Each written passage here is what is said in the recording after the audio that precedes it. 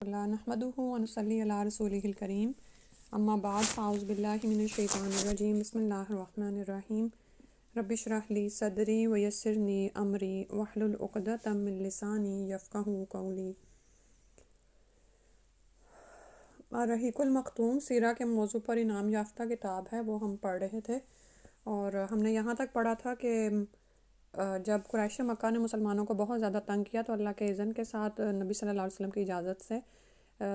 مسلمان حبشہ کی طرف ہجرت کر گئے تھے، اور یہ ہجرت 2 دفعہ ہوئی تھی، اور لیکن وہاں پر بھی مشرکین مکہ نے مسلمانوں کا پیچھا نہیں چھوڑا اور انہوں نے اپنی سفارت کو شاہ حبشہ کے دربار میں، نجاشی کے دربار میں بھیجا، لیکن سبحان اللہ کہ اللہ سبحانہ تعالیٰ نے مدد فرمائی، اور شاہ حبشہ ایک عادل پسند بادشاہ تھا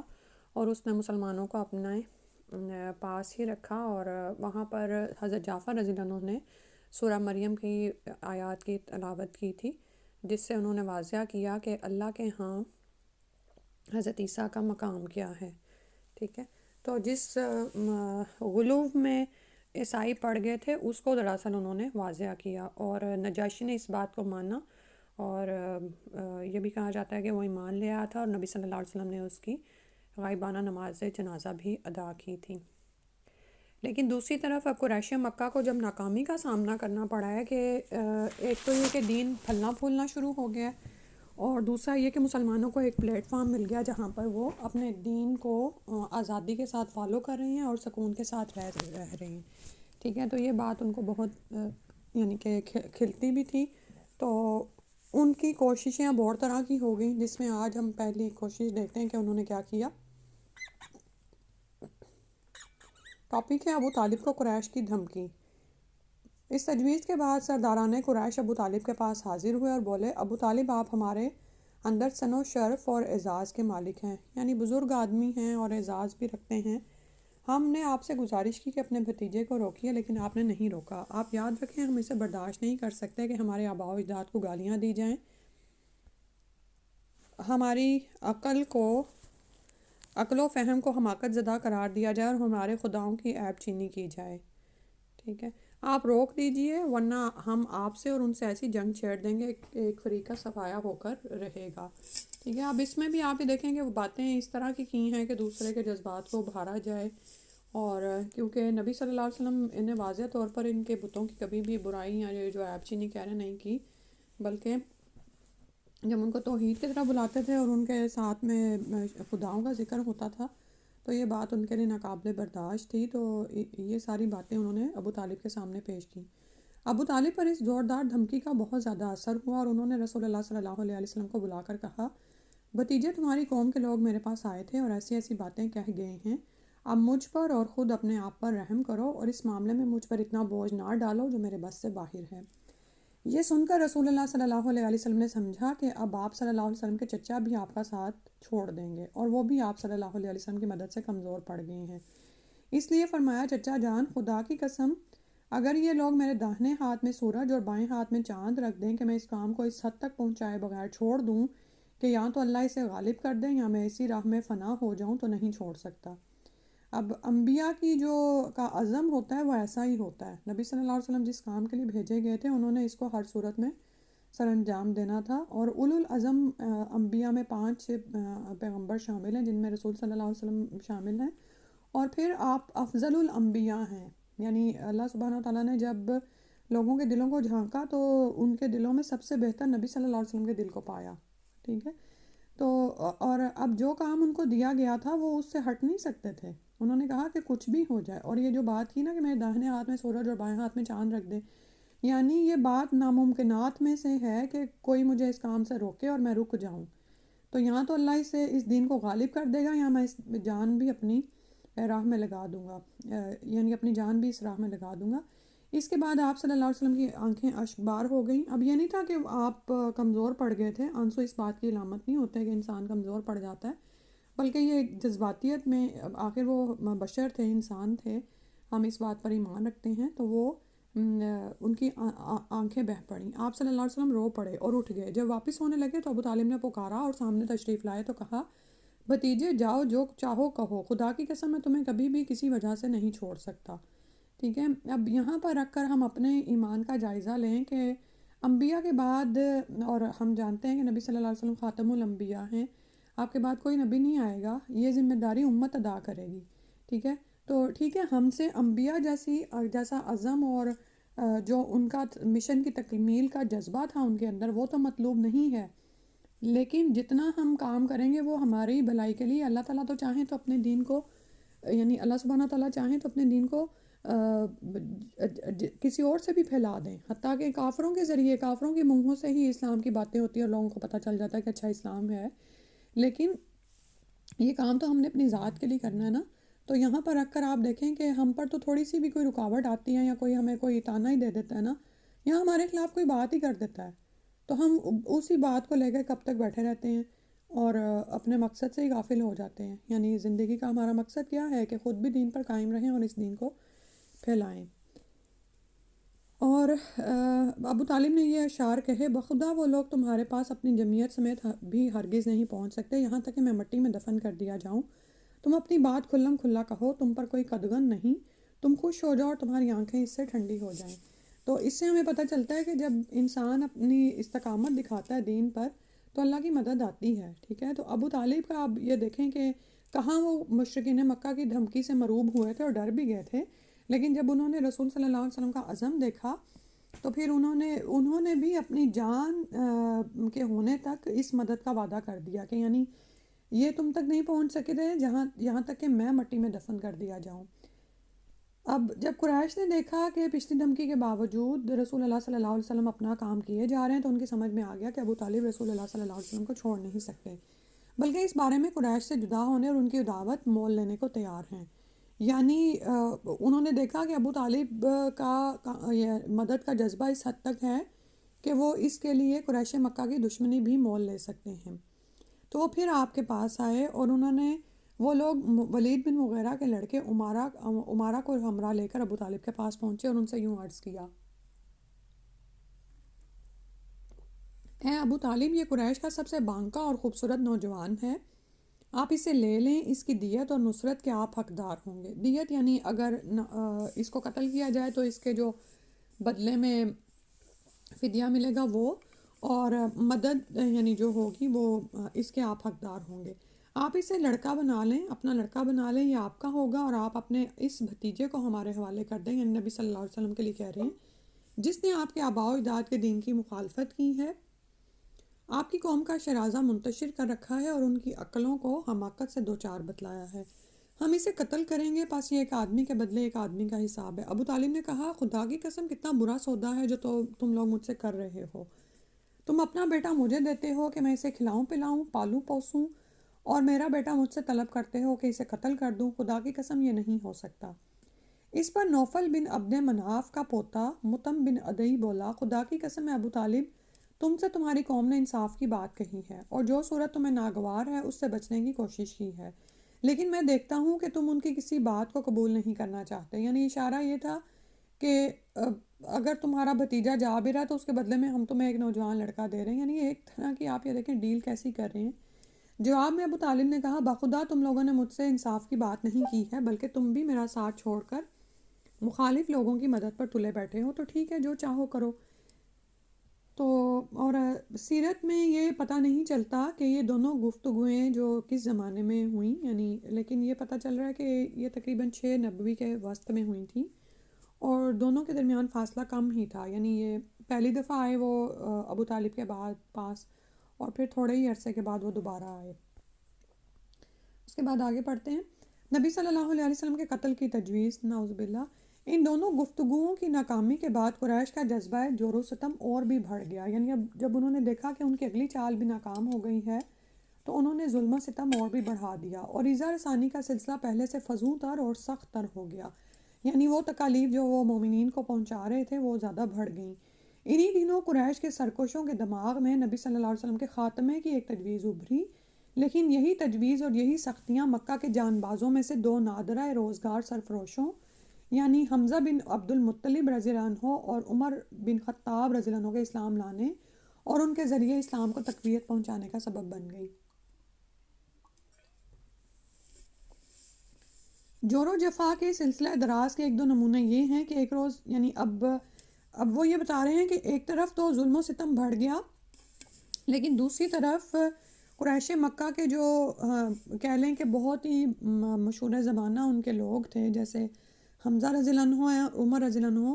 اسی زمانے میں اسلام لائے اور اللہ کی طرف سے اسلام کو طاقت مل گئی۔ تو اب وہ ظلم و ستم کے نمونے بتا رہے ہیں کہ ایک روز ابو لہب کا بیٹا عتیبہ رسول اللہ صلی اللہ علیہ وسلم کے پاس آیا اور بولا میں والنجمی اذا ہوا اور ثم دنا فتدلی کے ساتھ کفر کرتا ہوں۔ اس کے بعد وہ آپ صلی اللہ علیہ وآلہ وسلم پر ایذا رسانی کے ساتھ مسلط ہو گیا، نعوذ باللہ۔ آپ صلی اللہ علیہ وسلم کا کرتا پھاڑ دیا اور آپ صلی اللہ علیہ وآلہ وسلم کے چہرے پر تھوک دیا، اگرچہ تھوک آپ صلی اللہ علیہ وآلہ وسلم پر نہیں پڑا۔ اس موقع پر نبی صلی اللہ علیہ وسلم نے بد دعا دی کہ اے اللہ اس پر اپنے کتوں میں سے کوئی کتا مسلط کر دے۔ نبی صلی اللہ علیہ وسلم کی یہ بد دعا قبول ہوئی۔ آپ جانتے ہیں کہ آپ صلی اللہ علیہ وسلم کی دعا اور بد دعا قبول ہوتی تھی اور پھر خاص طور پر مکہ کے شہر میں کی گئی تھی۔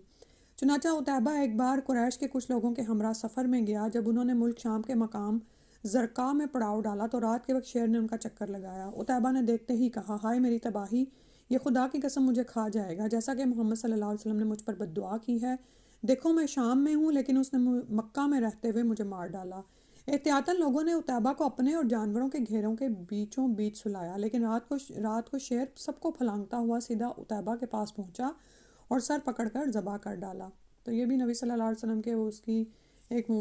نشانی ہے کہ آپ کی دعا بھی قبول ہوئی، اور آپ یہ دیکھیں کہ اللہ کے حکم سے شیر وہیں پر ہی آیا، ٹھیک ہے، حالانکہ وہ لوگوں کے اور جانوروں کے بیچ میں اس کو سلایا گیا تھا۔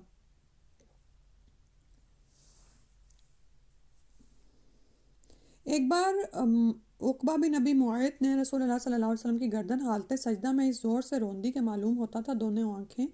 نکل آئیں گی۔ ابن اسحاق کی ایک طویل روایت سے بھی قریش کے سرکشوں کے اس ارادے پر روشنی پڑتی ہے کہ وہ نبی صلی اللہ علیہ وسلم کے خاتمے کے چکر میں تھے۔ چنانچہ اس روایت میں بیان کیا گیا ہے کہ ایک بار ابو جہل نے کہا برادران قریش، آپ دیکھتے ہیں کہ محمد صلی اللہ علیہ وآلہ وسلم ہمارے دین کی عیب چینی، ہمارے آباء و اجداد کی بدگوئی، ہماری عقلوں کی تخویف، یعنی یہ کہتے ہیں کہ ہماری عقلیں کم ہیں، اور ہمارے معبودوں کی تذلیل سے باز نہیں آتا۔ اس لیے میں اللہ سے عہد کر رہا ہوں کہ ایک بہت بھاری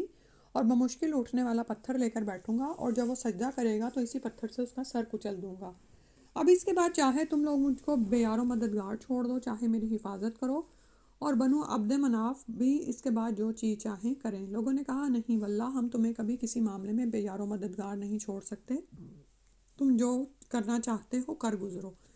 یعنی جو اس نے پلان کیا یہ اس میں مددگار ہوئے۔ صبح ہوئی تو ابو جہل ویسا ہی ایک پتھر لے کر رسول اللہ صلی اللہ علیہ وسلم کے انتظار میں بیٹھ گیا۔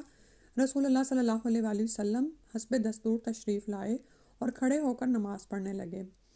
قریش بھی اپنی اپنی مجلسوں میں آ چکے تھے اور ابو جہل کی کارروائی دیکھنے کے منتظر تھے۔ جب رسول اللہ صلی اللہ علیہ وسلم سجدے میں تشریف لے گئے تو ابو جہل نے پتھر اٹھایا۔ اب آپ یہ دیکھیں کہ اوپر لکھا ہوا ہے کہ ایک بہت بھاری اور بمشکل اٹھنے والا پتھر لے کر بیٹھوں گا، تو یہاں سے یعنی یہ کوئی آسان کام تو نہیں ہوتا، اتنا مشقت کا جو وہ کام کر رہا تھا، تو یہاں سے بھی ان کی اسلام دشمنی کا اندازہ ہوتا ہے، اور ان کے جو کٹر عقائد تھے اور جو عزائم تھے اس کا بھی اندازہ ہوتا ہے۔ صحیح ہے، انسان کسی بھی کام کو کب کر گزرتا ہے جب اس پر اس کا یعنی کہ دل مضبوط ہوتا ہے۔ یعنی آپ یہ دیکھیں نا کہ اگر ہم یہ سوچیں کہ ابو جہل اتنی محنت ایک حق کو دبانے کے لیے کر رہا تھا، تو حق کو غالب کرنے کے لیے ہم کتنی محنت کرتے ہیں یہ دیکھنے کی بات ہے۔ اتنی ہی کریں گے جتنا ہمارا دل ایمان پر مضبوط ہوگا، جتنا ہمارا شرح صدر ہوتا ہے نا، جتنا ہمارے اندر ایمان کی روشنی ہوتی ہے، اتنا ہی عمل میں استقامت آتی ہے، اتنا ہی ہم تیزی سے اٹھتے ہیں۔ ہمیں اگر پتہ ہے نا کہ ہمیں نماز پڑھنی ہے اور اس کو چھوڑنے کا عذاب بڑا ہے، وعید بڑی ہے، ٹھیک ہے، تو پھر ہم کیا کریں گے؟ ہمیں مشکل بھی اٹھنا پڑے تو ہم اٹھیں گے، چاہے ہم تھکے ہوئے ہیں رات کے، لیکن ہم نے اگر فجر کے وقت اٹھنا ہے تو ہم اٹھیں گے، ٹھیک ہے۔ تو اب یہاں پر ابو جہل کا حال دیکھیں کہ یہ باطل پر کتنا سرگرم ہے اور حق کو دبانے کے لیے اس کی جو کوشش ہے۔ اس نے پتھر اٹھایا، پھر آپ صلی اللہ علیہ وسلم کی جانب بڑھا، لیکن جب قریب پہنچا تو شکست خوردہ حالت میں واپس بھاگا۔ اس کا رنگ فک تھا اور وہ اس قدر مروب تھا کہ اس کے دونوں ہاتھ پتھر پر چپک کر رہ گئے تھے۔ وہ مشکل ہاتھ سے پتھر پھینک سکا۔ ادھر قریش کے کچھ لوگ اٹھ کر اس کے پاس آئے اور کہنے لگے ابو الحکم تمہیں کیا ہو گیا ہے؟ یعنی آپ یہ دیکھیں کہ یہ عقل مندی میں بڑا کہلاتا تھا، اور لیکن اس کی عقل اس کو یعنی اللہ کی توفیق نہیں ہوئی کہ اتنی رہنمائی نہیں کر سکتی کہ یہ آخرت پر ایمان لے آتا، ٹھیک ہے، دنیا میں یہ ابو الحکم کہلایا۔ اور لیکن جب اس نے اسلام قبول نہیں کیا اور جہالت کا رویہ اپنایا تو پھر ابو جہل کہلایا۔ اس نے کہا میں نے رات جو بات کہی تھی وہی کرنے جا رہا تھا، لیکن جب اس کے قریب پہنچا تو ایک اونٹ آڑے آ گیا۔ بخدا میں نے کبھی کسی اونٹ کی ویسی کھوپڑی، ویسی گردن اور ویسے دانت دیکھے ہی نہیں، وہ مجھے کھا جانا چاہتا تھا۔ ابن اسحاق کہتے ہیں مجھے بتایا گیا کہ رسول اللہ صلی اللہ علیہ وسلم نے فرمایا یہ جبرائیل علیہ السلام تھے، اگر ابو جہل قریب آتا تو اسے دھر پکڑتے۔ یعنی ابھی وہ اوپر کہہ رہا تھا نا کہ میں نے سما دنا وطد اللہ کا انکار کرتا ہوں، تو اس کو وہی یعنی کہ گزارا گیا اس سے کہ تم اس بات کا انکار کرتے ہو، تو اب یہ دیکھو کہ یہ کیا چیز ہے جو تمہیں دکھائی گئی ہے، ٹھیک ہے، یعنی یہ غیب میں ہی تھا، دوسروں کو نظر نہیں آ رہا تھا، اور اس کو یہ اونٹ نظر آیا کہ وہ اس کو پکڑ لیتا۔ اس کے بعد ابو جہل نے رسول اللہ صلی اللہ علیہ وسلم کے خلاف ایک ایسی حرکت کی جو حضرت حمزہ رضی اللہ عنہ کے اسلام لانے کا سبب بن گئی۔ تفصیل آگے آ رہی ہے، یعنی ابھی جو انہوں نے بتایا نا کہ مظالم اور جور و ستم بڑھے تو، لیکن اس کے ساتھ ساتھ اللہ سبحانہ وتعالیٰ کی طرف سے کچھ ایسا ہوا کہ دو ان کے جوان مسلمانوں کی طرف آ گئے، وہ اسلام لے آئے۔ جہاں تک قریش کے دوسرے بدماشوں کا تعلق ہے تو ان کے دلوں میں بھی نبی صلی اللہ علیہ وسلم کے خاتمے کا خیال برابر پک رہا تھا۔ چنانچہ عبداللہ بن عمر بن عاص رضی اللہ عنہ سے ابن اسحاق نے ان کا یہ بیان نقل کیا ہے کہ ایک بار مشرکین حتیم میں جمع تھے، میں بھی موجود تھا۔ قریش نے رسول اللہ صلی اللہ علیہ وسلم کا ذکر چھیڑا اور کہنے لگے اس شخص کے معاملے میں ہم نے جیسا صبر کیا اس کی مثال نہیں، در حقیقت ہم نے اس کے معاملے میں بہت ہی بڑی بات پر صبر کیا ہے۔ یہ گفتگو چل رہی تھی کہ رسول اللہ صلی اللہ علیہ وسلم نمودار ہو گئے۔ آپ صلی اللہ علیہ وسلم نے تشریف لا کر پہلے حجر اسود کو چوما، پھر طواف کرتے ہوئے مشرکین کے پاس سے گزرے۔ انہوں نے کچھ کہہ کر تانا زنی کی جس کا اثر میں نے آپ صلی اللہ علیہ وسلم کے چہرے پر دیکھا۔ اس کے بعد جب دوبارہ آپ صلی اللہ علیہ وسلم کا گزر ہوا تو مشرکین نے پھر اسی طرح کی لعن طعن کی۔ میں نے اس کا بھی اثر آپ صلی اللہ علیہ وسلم کے چہرے پر دیکھا۔ اس کے بعد آپ سہ گزرے یعنی تیسری دفعہ، تو مشرکین نے پھر آپ صلی اللہ علیہ وسلم پر لعن طعن کی۔ اب کی بار آپ صلی اللہ علیہ وسلم ٹھہر گئے اور فرمایا قریش کے لوگوں سن رہے ہو، اس ذات کی قسم جس کے ہاتھ میں میری جان ہے، میں تمہارے پاس تمہارے قتل و ذبح کا حکم لے کر آیا ہوں۔ آپ صلی اللہ علیہ وسلم کے اس ارشاد نے لوگوں کو پکڑ لیا، ان پر ایسا سکتہ طاری ہوا کہ گویا ہر آدمی کے سر پر چڑیا ہے، یہاں تک کہ جو آپ صلی اللہ علیہ وسلم پر سب سے زیادہ سخت تھا وہ بھی بہتر سے بہتر لفظ جو پا سکتا تھا اس کے ذریعے آپ صلی اللہ علیہ وسلم سے طلبگار رحمت ہوتے ہوئے کہنے لگا ابو القاسم واپس جائیے، خدا کی قسم آپ صلی اللہ علیہ وسلم کبھی بھی نادان نہ تھے، ٹھیک ہے، یعنی وہ ڈر گئے کیونکہ پہلے بھی جو بددعا کا انہوں نے اثر دیکھا تھا۔ دوسرے دن قریش پھر اسی طرح جمع ہو کر آپ صلی اللہ علیہ وسلم کا ذکر کر رہے تھے کہ آپ صلی اللہ علیہ وسلم نمودار ہوئے، لیکن اب کی دفعہ انہوں نے کیا کیا کہ دیکھتے ہی سب یکجان ہو کر ایک آدمی کی طرح آپ صلی اللہ علیہ وسلم پر پل پڑے اور آپ صلی اللہ علیہ وسلم کو گھیر لیا۔ پھر میں نے ایک آدمی کو دیکھا کہ اس نے گلے کے پاس سے آپ کی چادر پکڑ لی اور بل دینے لگا۔ ابو بکر رضی اللہ عنہ آپ صلی اللہ علیہ وسلم کے بچاؤ میں لگ گئے، وہ روتے جاتے تھے اور کہتے جاتے تھے اتقتلون رجلا ان یقول ربی اللہ، کیا تم لوگ ایک آدمی کو اس لیے قتل کر رہے ہو کہ وہ کہتا ہے میرا رب اللہ ہے؟ اس کے بعد وہ لوگ آپ صلی اللہ علیہ وسلم کو چھوڑ کر پلٹ گئے۔ عبداللہ بن عمر بن عاص رضی اللہ عنہ کہتے ہیں کہ یہ سب سے سخت ترین ایذا رسانی تھی جو میں نے قریش کو کبھی کرتے ہوئے دیکھی، یعنی نبی صلی اللہ علیہ وسلم کو بھی انہوں نے زد و کوب کیا، جسمانی طور پر بہت اذیت پہنچائی، اور ابو بکر کو بھی، ٹھیک ہے۔ صحیح بخاری میں حضرت عروہ بن زبیر رضی اللہ عنہ سے ان کا بیان مروی ہے کہ میں نے عبداللہ بن عمر بن عاص رضی اللہ عنہ سے سوال کیا کہ مشرکین نے نبی صلی اللہ علیہ وسلم کے ساتھ جو سب سے سخت ترین بدسلوکی کی تھی آپ مجھے اس کی تفصیل بتائیے۔ انہوں نے کہا کہ نبی صلی اللہ علیہ وسلم خانہ کعبہ کے پاس حتیم میں نماز پڑھ رہے تھے کہ عقبہ بن ابی معیط آ گیا، اس نے آتے ہی اپنا کپڑا آپ صلی اللہ علیہ وسلم کی گردن میں ڈال کر نہایت سختی کے ساتھ آپ صلی اللہ علیہ وسلم کا گلا گھونٹا۔ اتنے میں ابو بکر رضی اللہ عنہ آ پہنچے اور انہوں نے اس کے دونوں کندھے پکڑ کر دھکا دیا اور اسے نبی صلی اللہ علیہ وسلم سے دور کرتے ہوئے فرمایا اتقتلون رجلا ان یقول ربی اللہ، کہ تم لوگ ایک آدمی کو اس لیے قتل کرنا چاہتے ہو کہ وہ کہتا ہے کہ میرا رب اللہ ہے۔ اسما رضی اللہ عنہ کی روایت میں مزید تفصیل ہے کہ ابو بکر رضی اللہ عنہ کے پاس یہ چیخ پہنچی کہ اپنے ساتھی کو بچاؤ۔ وہ جھٹ ہمارے پاس سے نکلے۔ اسما رضی اللہ عنہ ابو بکر رضی اللہ عنہ کی بیٹی ہیں، حضرت عائشہ سے بڑی تھیں، تو وہ جھٹ ہمارے پاس سے نکلے۔ ان کے سر پر 4 چوٹیاں تھیں، بال لمبے رکھتے تھے نا وہ، تو اس کی چوٹیاں بنا کے چھوڑ دیتے تھے۔ وہ یہ کہتے ہوئے گئے کہ اتقتلون رجلا ان یقول ربی اللہ، تم لوگ محض ایک آدمی کو محض اس لیے قتل کرنا چاہتے ہو کہ وہ کہتا ہے میرا رب اللہ ہے۔ مشرکین نبی صلی اللہ علیہ وسلم کو چھوڑ کر ابو بکر رضی اللہ عنہ پر پل پڑے۔ وہ واپس آئے تو حالت یہ تھی کہ ہم ان کی چوٹیوں کا جو بال بھی چھوتے وہ ہماری چٹکی کے ساتھ چلا آتا تھا۔ اب یہاں پر اوپر بھی ہمیں پتہ چلا کہ انہوں نے ابو بکر رضی اللہ عنہ کو زد و کوب کیا، لیکن بار بار وہ روایتیں کیوں لائے ہیں کہ اسما رضی اللہ عنہ کی روایت سے پتہ چل رہا ہے کہ وہ زد و کوب کرنا کیسا تھا، یعنی اتنا یعنی جسمانی طور پر اذیتیں دیں ابو بکر رضی اللہ عنہ کو کہ سر کے بالوں کو ہاتھ لگاتے تھے تو بال اتر آتا تھا۔ اللہ اکبر، یعنی اذیت کی حد ہے نا، یعنی اللہ سبحانہ وتعالیٰ ہمیں بھی ایمان میں استقامت عطا فرمائے۔ اتنا ہی پڑھتے ہیں آج۔ سبحانک اللہم و بحمدک اشہد ان لا الہ الا انت استغفرک و اتوب الیک۔ السلام علیکم ورحمۃ اللہ۔